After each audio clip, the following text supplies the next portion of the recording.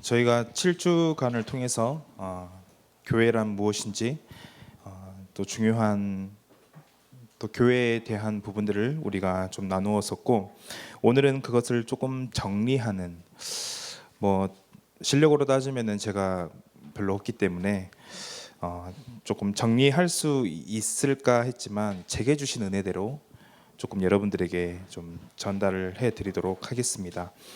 계시록 2장, 3장을 우리가 한번 살펴봤었고요. 거기에는 지상의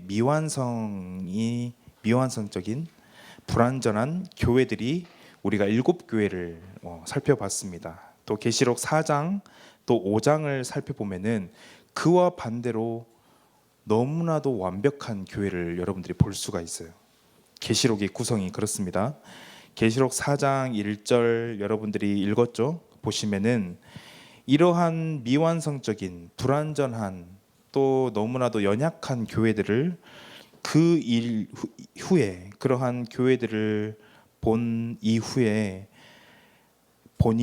내가 보니 하늘에 열린 문이 있는데 그러한 것을 통과해서 뭔가를 보았다라는 것을 우리가 알 수 있고, 오늘 그러한 부분에서 제가 영광의 문이다라는 제목을 가지고 우리가 짧은 시간이지만 함께 말씀을 나누었으면 좋겠습니다. 왜 영광의 문이냐면은 교회는 하나님의 영광을 알 수 있는 문과 같기 때문이에요. 그래서 좀 여러분들이 이 말을 좀 이해하시고 조금 같이 저와 한 마음이 좀 되었으면 좋겠습니다. 누군가 제 자신이 하나님의 영광을 알 수 있는 도구로, 그러니까 누군가에게 제 자신이 하나님의 영광을 알 수 있는 도구로 사용된다면은 그것처럼 기쁜 일이 또 있겠냐라고 생각이 듭니다. 그것만큼 축복된 것이 없죠. 저 인간을 보니까 하나님의 영광이 뭔지를 알겠어라고 생각이 든다면은 아마 여러분들의 인생은 성공한 것이라고 생각이 됩니다. 꼭 우리 자신이 아니더라도 우리가 어떤 것을 볼 때 하나님의 영광이 무엇인지를 알 수 있는 것이 있다면 그거는 굉장히 소중한 거예요. 하나님의 무한한 영광을 그걸 통해서 우리가 느끼고 체험하고 알 수 있다면은 그건 참 축복된 인생이죠. 우리 주변에 그러한 것들이 있다면요. 그런데 이 너무나도 축복된 사실은 뭐냐면은 이미 우리에게 이러한 하나님의 영광을 알 수 있는 것이 이미 우리에게 주어져 있어요. 이미 이 영광을 알 수 있는 확실한 문이 우리에게 주어져 있다는 것입니다. 이것만큼 하나님의 영광을 알 수 있는 것이 없어요. 여러분들 기억하시길 바랍니다. 이것만큼 하나님의 영광을 진하게 알 수 있는 것이 또 없다라는 것이에요. 그 단어가 무엇일까요?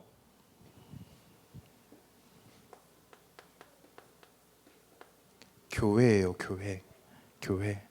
교회를 통해서 우리는 하나님의 영광을 너무나도 확실하게 알 수가 있습니다. 그곳에서 그 문을 열면은 하나님의 나라의 비전이 보여요. 하나님이 무엇을 원하시는지 그 영광이 보여요. 그래서 우리는 그러한 교회를 우리의 지금의 대학 시간표 동안 굉장히 중요하게 마음을 담아야 합니다. 예전에는 신앙생활을 단순히 이렇게 생각했던 것 같아요.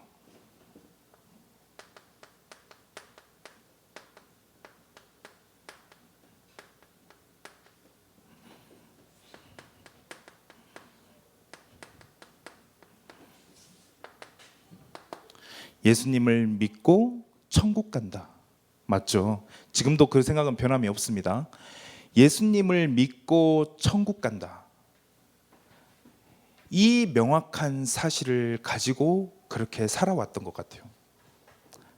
그런데 어느덧 보니까 알 수 없는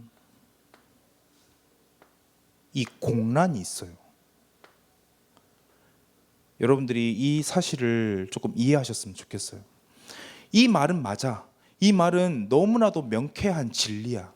예수님을 믿으면 구원을 받는다라는 것은 누구 하나도 우리가 거부할 수 없는, 반박할 수 없는 명확한 진리인데, 예수님을 믿고 천국 간다는 그 사이에 공란이 하나가 존재해요. 여러분들 이 사실을 조금 이해하셨으면 좋겠는 게, 아무래도 저에게 충족되지 않는 어떤 한 공란이 항상 따라왔어요. 이게 뭘까? 이게 뭘까? 이 사이에 뭐가 들어갈까라는 생각들을 계속해서 가지고 있었습니다. 아마 여러분들은 확실하게 공감할 것이라고 생각이 됩니다. 예수님을 믿고 나는 무엇을 하다가 가야 되냐? 예수님을 믿고 나는 왜 살며 무엇을 하다가 천국을 갈 것이냐?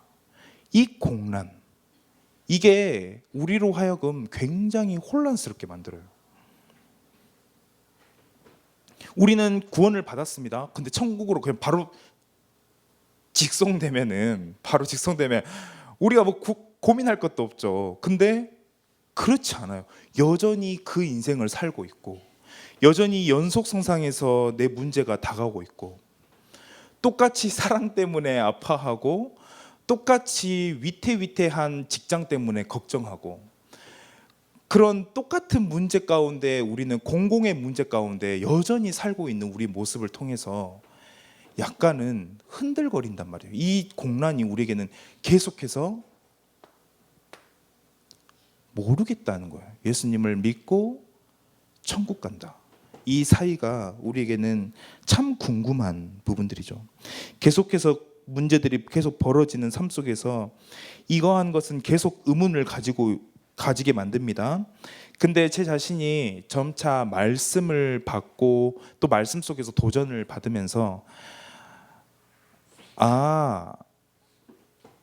여기에 대한 점점 칸을 채워갔던 것 같아요.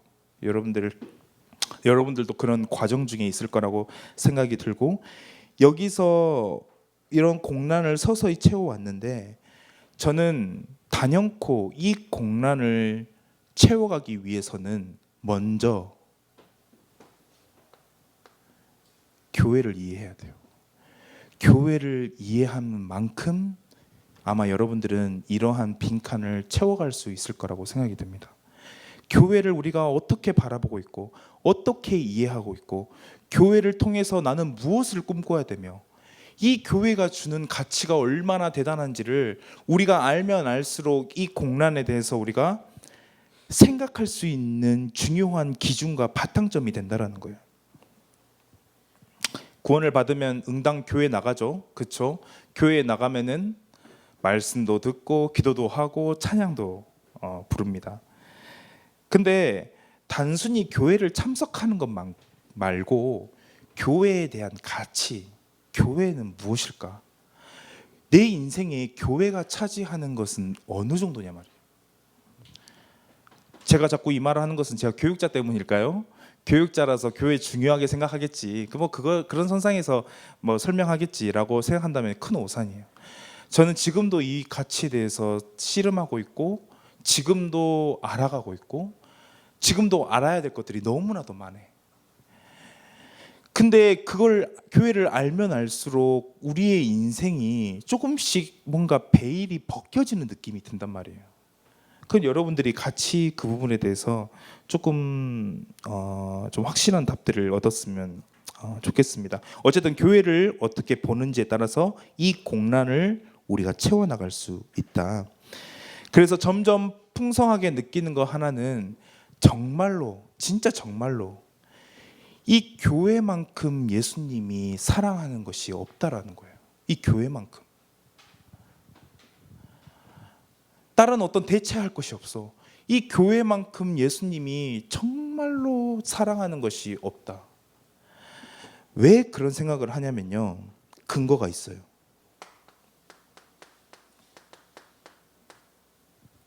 마태복음 16장 18절 위대한 고백 가운데 그 고백의 반석에서 예수님이 내 교회를 세울 거야 라고 돼 있어. 그 고백 위에 뭐 다른 대단한 거 한 게 아니라 내 교회를 세울 거야. 그것은 여러분들 범상치 않은 말이에요. 가장 중요한 것을 그 반석 위에 세우는 거예요. 그러니까 교회가 가장 중요한 거 맞죠? 또 한 구절을 한번 봐볼까요? 사도행전 20장 28절을 보면은 우리가 또 그 중요성을 알 수가 있는 구절이 나와요. 뭐라고 되어 있냐면은 하나님이 자기 피로 사신 교회를 보살피도록, 자신의 피로 사셨다. 교회를 그냥 산 게 아니라 자신의 피로 사셨다고 되어 있어요. 피값 주고 산 교회. 얼마나 대단해요. 얼마나 가치 있습니까? 그것은 보통의 가치가 있는 게 아니에요. 또 하나는 에베소서 1장 23절을 여러분들이 보시면요, 교회는 그의 몸이다. 교회는 그의 몸인데, 몸 자체야. 예수님 자체야. 근데 거기서 모든 충만함이 나온다라고 이야기를 하고 있어요. 그러니까 교회를 얼마나 이해하는지에 따라서 우리 삶의 가치, 어디에 우리가 인생을 걸어야 되는지를 알 수 있는 그 창이 여기 안에 숨겨져 있다는 거예요. 제 말이 조금 모호하고 표현이 조금 어려울 수도 있어요. 그러나 잘 조금 같이 좀 마음으로 함께 했으면 좋겠습니다. 그래서 우리의 얄팍한 지식으로, 우리 경험으로는 이 교회를 함부로 재단하지 말자. 함부로 그렇게 생각하지 말자. 조금 부족함이 있을 수 있죠. 저거 왜 저래 생각할 수 있죠. 근데 우리 하나님이 피값 주고 산 교회잖아요. 우리 하나님이 자신의 몸이라고 지칭하는 교회잖아요. 그러면 조금 불완전하더라도, 조금 부족하더라도 우리가 그 가치를 바라보고 달려가자. 지금 현재의 부족함에 집중하지 말자라고 말씀을 드리고 싶은 거예요. 그래서 우리는 7주간 당시 교회 중에 소아시아의 7교회를 통해서 우리 불완전한 교회, 부족한 교회, 연약한 교회, 또 칭찬받은 교회들을 살펴봤었고, 하나님이 어디에 가장 칭찬을 했고 하나님이 어디에 가장 책망을 했는지를 우리가 알 수 있는 중요한 구절이기 때문에 함께 살펴봤습니다. 그래서 좀 정리하는 차원에서 간단하게 설명드리겠습니다. 교회란 뭐냐? 아니, 하나님의 영광을 아는 문이라면서. 그렇다면 교회는 대체 무엇이냐? 쉽게 간단하게 설명하면은 나 자신이에요. 교회가 나 자신이다. 나 자신이 성전이다. 왜 제가 그래서 서론에 표현했는지 알겠죠? 교회만큼 예수님이 사랑하는 곳이 없다. 왜 그렇습니까? 그게 나기 때문이에요. 교회가 나기 때문에 그것만큼 사랑하는 게 없는 거예요.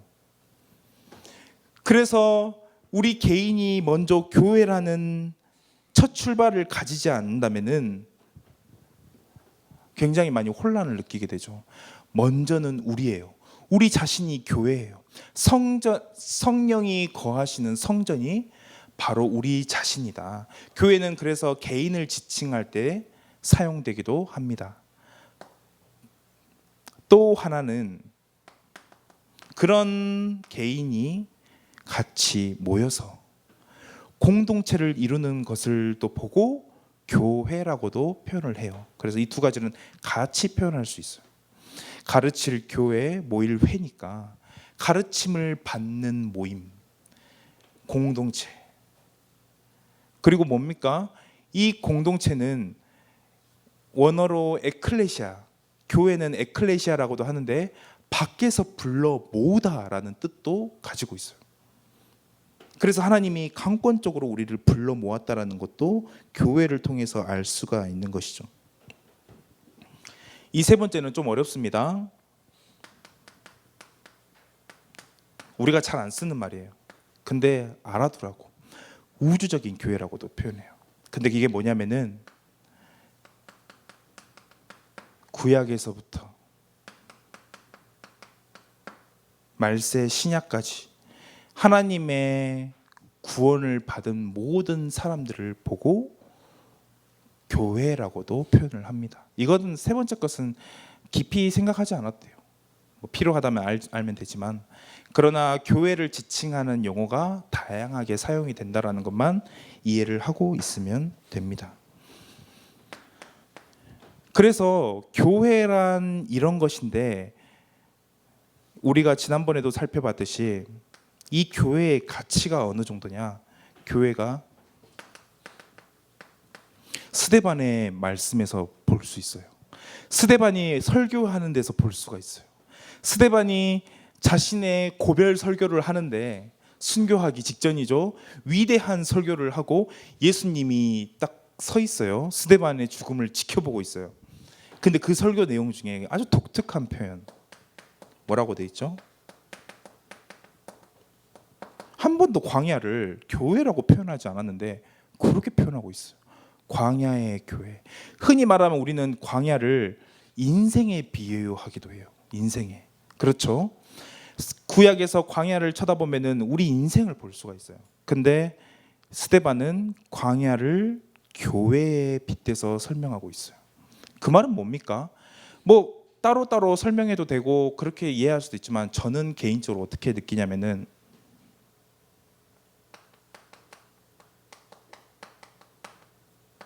우리 인생 자체가 교회다. 나 개인이 교회로 부름을 받았고 우리의 삶 또한 자체가 교회고, 그래서 우리가 있는 모든 곳이 예배가 될 수 있고, 우리가 있는 모든 기도가 교회에서 굳이 기도하지 않아도 우리가 있는 그 자리에서 하나님 앞에 최고의 예배를 드릴 수 있는 그런 사람이다. 우리 인생 자체가 교회예요. 그래서 여러분들 교회를 바라볼 때, 우리 예일교회를 올 때 이 생각들을 가지고 정말로 마음을 담고 오셔야 된다는 거예요. 얼마나 가치가 있습니까? 정말 최고인 것 같아요. 그래서 우리의 비전도, 우리의 기쁨도, 우리의 고난도, 우리의 슬픔도 다 이 교회를 통과시켜라. 통과시켜서 생각을 해야 된다. 비전, 교회와 떨어져 있어요? 그러면은 그거 비전 아니라고 봐요, 저는. 교회에서 자라나는 후대와 상관이 없습니까? 그러면은 여러분들 다시 고민해 보세요. 교회의 중요한 비전들이 아직까지 내 비전과 연결이 되지 않습니까? 그러면은 생각해 보세요. 진짜 이거는 다시 고민하면 고민할수록 여러분들 이득일 거예요. 인생은 교회니까 교회 자체의 중요한 가치는 우리가 더 이상 강조하지 않아도 뭐 다들 잘 아시겠죠? 그리고 이 교회는 목적을 가지고 있습니다. 교회만이 주는 목적이 있어요. 다른 데서 할 수가 없어. 다른 데서는 이 응답이 있을 수가 없어. 무슨 응답이냐면요, 골로새서 1장 28절의 응답이에요. 교회는 목적을 가지고 있습니다. 어떤 목적을 가지고 있냐면은, 각 사람을 가르침은 각 사람을 그리스도 안에서 뭐라고 되어 있죠? 완전한 자로 자라나도록 하는 모든 비밀을 교회가 가지고 있어요. 어디 다른 데 가서, 어디서 다른 데 성경 공부하면서 완전한 자로 자란다? 저는 이 교회의 공동체, 이 속에서 하나님 우리에게 주신 은혜는 중요하게 완전한 자로 자라날 수 있는 비밀을 주신다라는 거예요. 또 하나는 뭐냐면은, 에베소서 4장, 지금 제가 설명하는 것은 교회가 개인을 뜻하기도 하지만 여기는 특별히 공동체에 초점이 맞춰져 있는 구절들입니다. 에베소 4장 12절에서 13절을 보셔도 이와 비슷한 얘기를 우리가 알 수가 있습니다. 제가 읽겠습니다.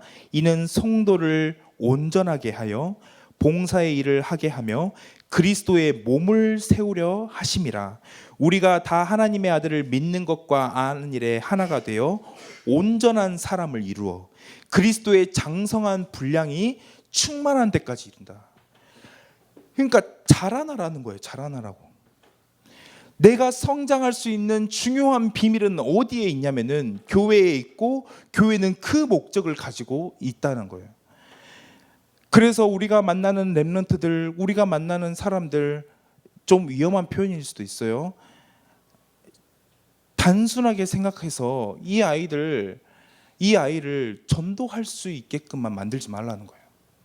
전도할 수 있게끔도 만들어야 됩니다. 근데 더 중요하게는 그리스도 안에서 변화되어지도록, 자라날 수 있도록 만드는데 우리의 온 힘을 쏟아야 된다는 거예요. 후대를 향했을 때 우리 자신도 마찬가지라는 겁니다. 그래서 교회만이 주는 것이 있어요.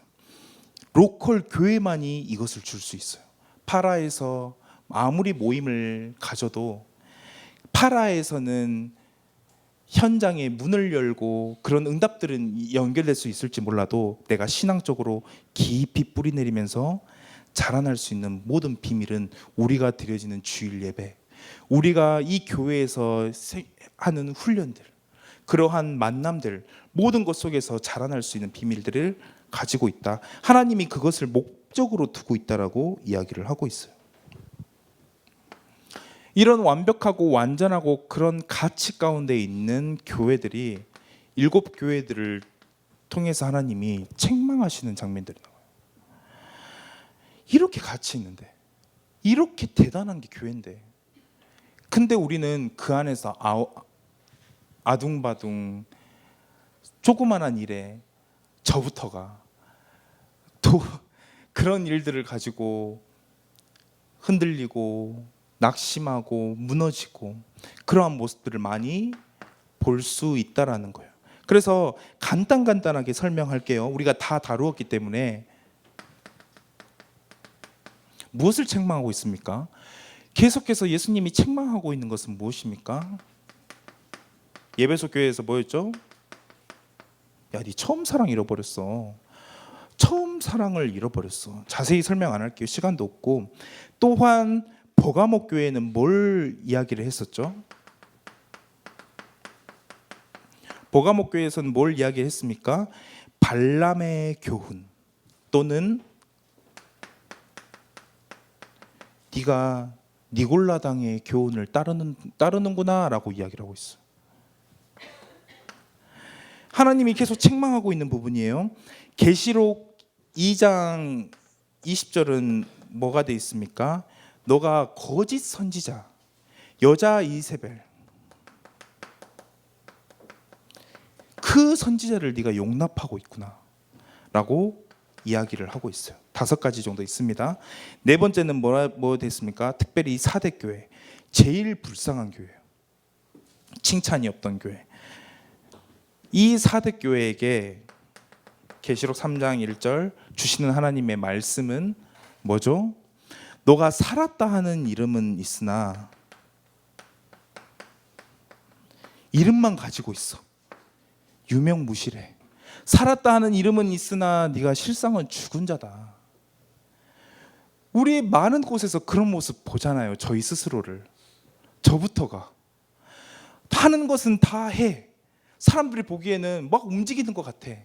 근데 그 하면서 우리가 알지 않아요? 제 자신이 알지 않아요? 저는 그런데 하고 있으면 제 자신이 갑자기 제 양심에 뭔가 목소리가 하나 튀어나와. 이런 거예요. 너 무엇을 위해 하고 있어? 겉으로는 그래 사람들을 속일 수는 있지. 근데 하나님은 마음을 감찰하시는 분이야. 너 속일 수 있을 것 같아? 라는 그 음성을 들으면 참 많이 죄송하고 또 그러기도 합니다. 5번째는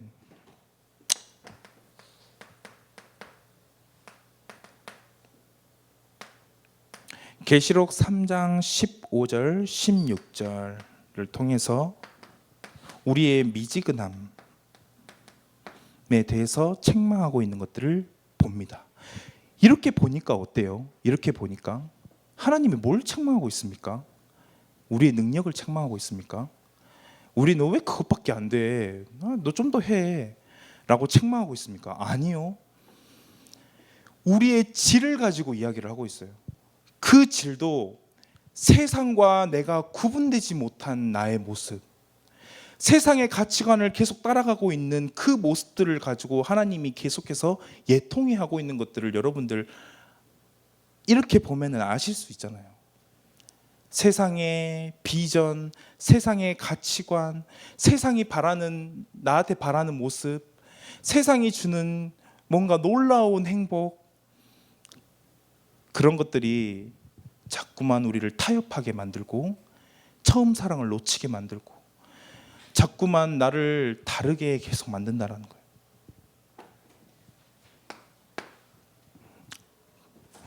그래서 자세하게는 이야기하기보다는 여러분들이 쭉 들어왔기 때문에 그러한 부분들을 조금 깨닫고,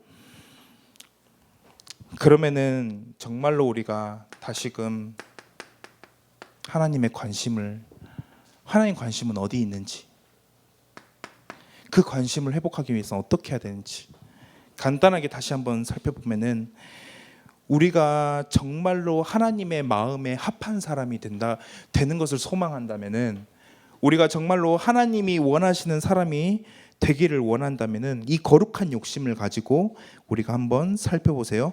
계시록 2장 10절 13절 보시면은, 칸이 없기 때문에 그냥 말로 하겠습니다. 계시록 2장 10절과 13절을 보시면 어떤 부분들이 나오죠? 어떤 것을 느낄 수 있습니까? 어떠한 고난이 있더라도 그 가운데 충성하라는 주님의 말씀을 우리가 확인해 볼 수 있어요. 그렇죠? 인내하고 어떠한 문제 가운데 있어도 흔들리지 않고 충성하라는 주님의 음성을 우리가 확인해 볼 수 있어요. 그것을 하나님이 기뻐한다는 거예요. 얇은 문제에 그냥 흔들리지 말아라. 진짜 하나님이 가지고 있는 것은, 축복은 너무나도 놀랍기 때문에, 놀라운 보상이기 때문에 그것을 바라면서 지금 좀 힘들어도 인내해라. 인내하는 순간은 반드시 우리에게 필요하다라고 말씀하고 계시는 것 같아요. 계시록 2장 19절을 보십시오. 계시록 2장 19절을 보시면은 뭐라고 되어 있냐면, 또 무엇을 하나님이 가장 기쁘게 보시냐면은, 갈수록 그 행위가 자라나는 것을 보고 하나님이 기뻐하고 계세요. 19절 보십시오. 네 사업과, 여기서 사업이라는 것은 행위를 말하는 거예요. 단어가 조금, 사업이라니까 무슨 뭐 이게 우리가 뭐 비즈니스를 생각할 수도 있는데, 여기서 말하는 사업은 행위예요. 네 행위와 사랑과 믿음과 섬김과 인내를 아노니 네 나중 행위가 처음 것보다 많아도다. 처음에는 조금 그럴 수도 있어. 근데 점점 자라나는구나라는 것을 하나님이 기뻐한다는 걸 우리가 알 수가 있죠. 또 뭡니까? 계시록 좀 반대로 되었지만 계시록 2장 8절 한번 보십시오. 잘못됐네요. 3장 8절 보시면은, 계시록 3장 8절을 보시면은 또 뭘 기뻐하고 있습니까? 네가 작은 능력을 가지고서도 낙심하지 않고. 내가 바라는 건 큰 능력이 아니야. 큰 전문성이 아니야. 전문성이 있으면 좋습니다. 중요해요. 그렇지만 하나님이 우리를 보고 기뻐하는 것은 내가 가지고 있는 아무리 작은 능력이라도 하나님의 말씀을 따르며, 그리고 그 이름을 절대로 우리가 세상과 타협하지 않고 배반하지 않는 것, 그게 하나님이 기뻐하는 것이라는 거예요. 왜 나는 이것밖에 안 되지? 왜 나는 이 정도밖에 안 되냐? 근데 그거 생각할 이유 없어요. 부족한 거는 여러분들 갖추면 돼요. 근데 지금 내가 할 수 있는 건 뭘까? 지금 내가 이 정도 수준인데 내가 할 수 있는, 하나님이 가장 기뻐하는 지금 시간표에 할 수 있는 최고의 것은 뭐지? 고민하세요. 그게 하나님이 기뻐하는 관심과 시선이라는 것이에요.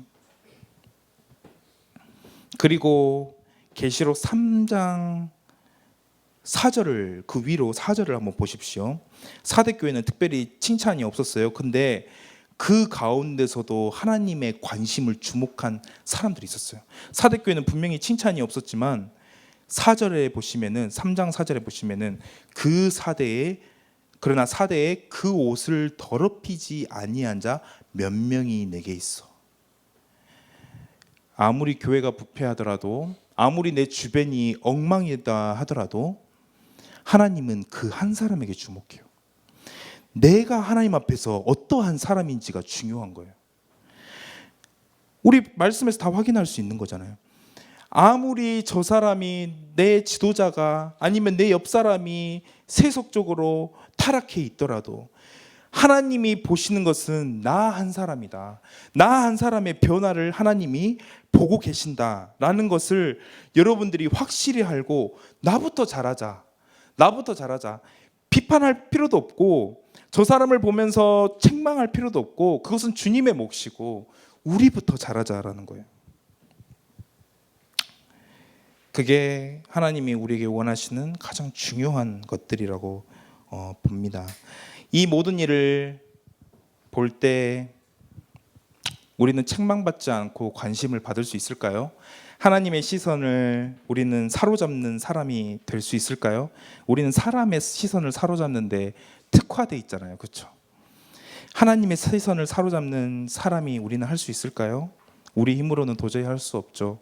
그러나 저는 이 모든 것들을 마무리하면서 요한계시록 3장 20절이 떠올랐어요. 요한계시록 3장 20절. 우리 이것만 회복하면 된다. 모든 시작은 이거다. 왜 마무리하면서 라오디게아 교회를 하나님이 마지막으로 말씀하셨고 이 말씀으로 마무리를 하셨을까? 저는 특별히 마음에 와닿는 것 같아요. 불신자에게 주는 말씀 아닙니다. 신자에게 주는 말씀이에요. 라오디게아 교인들에게 하시는 말씀이에요. 그리고 오늘날 우리에게 지금 하시는 말씀이에요. 계시록 3장 20절 우리 다 함께 읽도록 하겠습니다. 시작. 볼지어다 내가 문 밖에 서서 두드리노니 누구든지 내 음성을 듣고 문을 열면 내가 그에게로 들어가 그와 더불어 먹고 그는 나와 더불어 먹으리라. 이 축복, 이 행복, 이 보상이 우리에게는 가장 큰 축복이고 이 일이 시작이 되어질 때 우리는 하나님의 관심과 하나님의 책망을 피할 수 있다는 사실을 고백하며 마무리하며 우리가 7교회를 살펴보는 것을 이것으로 마치려고 합니다. 함께 말씀을 생각하며 함께 합심으로 기도하길 바랍니다. 하나님, 이 7교회를 통해서 정말로 하나님이 무엇을 기뻐하시고 또 무엇을 슬퍼하시고 또 무엇을 가장 안타까워 하시는지를 우리가 살펴보았습니다. 그러나 완벽하게는 아직 이해가 잘 안 되지만 하나님 분명히 보혜사 성령님이 우리 인생을 통해서 가르쳐 주실 거라고 생각합니다. 하나님 정말로 이 7교회를 통해서 정말로 내 자신이 변화되어지게 하여 주옵소서.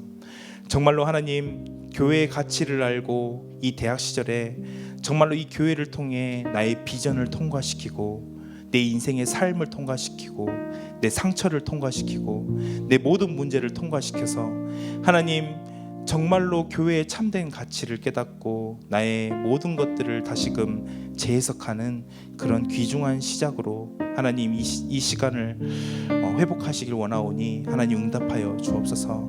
함께 말씀을 생각하며 합심으로 기도하도록 하겠습니다. 살아계신 하나님 아버지 감사합니다.